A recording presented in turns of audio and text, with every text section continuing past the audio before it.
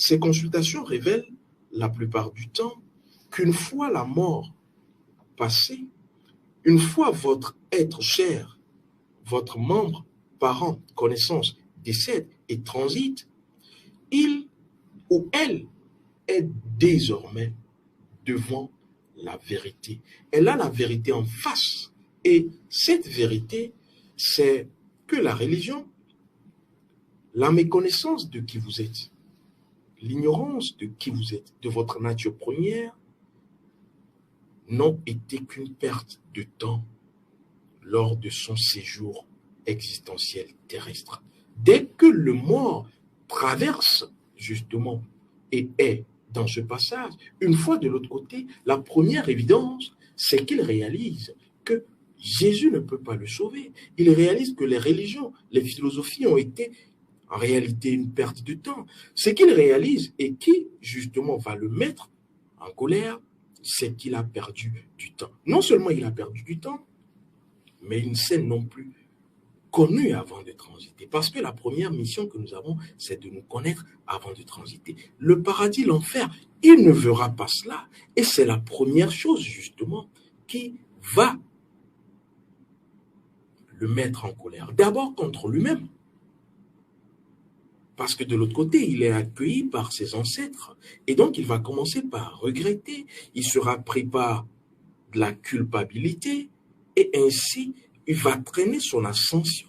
Mais surtout, il va ensuite s'en prendre aux membres de sa famille.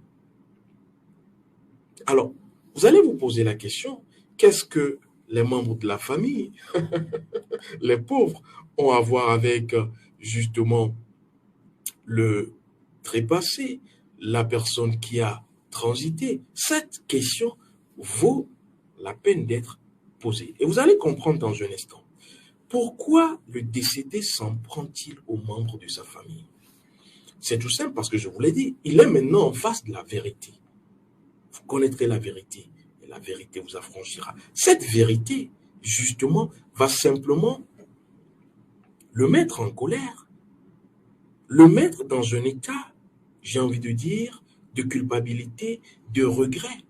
Et donc, il va estimer que cette vérité, justement, il ne l'a pas eue de son vivant. Il estime que les membres de sa famille connaissent la vérité, oui, depuis son positionnement. C'est pour cela qu'il faut voir les choses depuis la position ou le positionnement de la personne qui juge. Il estime donc le mort que les membres de sa famille, ses proches, connaissaient la vérité. Donc, dans son état, connaissent la vérité et qu'ils, ses membres, ses proches, ses connaissances, ne lui ont pas dit cette vérité. C'est pourquoi nous devons, étant vivants, chercher la vérité. C'est la première mission. Cherchons la vérité vivant. Tant que nous sommes en vie, cherchons la vérité vivant. S'il y a un investissement à faire, je vous dirais d'investir plus dans la vérité qui, justement, vous suit après votre vie terrestre ou votre existence. Et c'est pour cela que vous verrez les pharaons prendre toute une vie pour construire une pyramide, simplement parce qu'il veut être dans la vérité de l'éternité. Et c'est ainsi que vous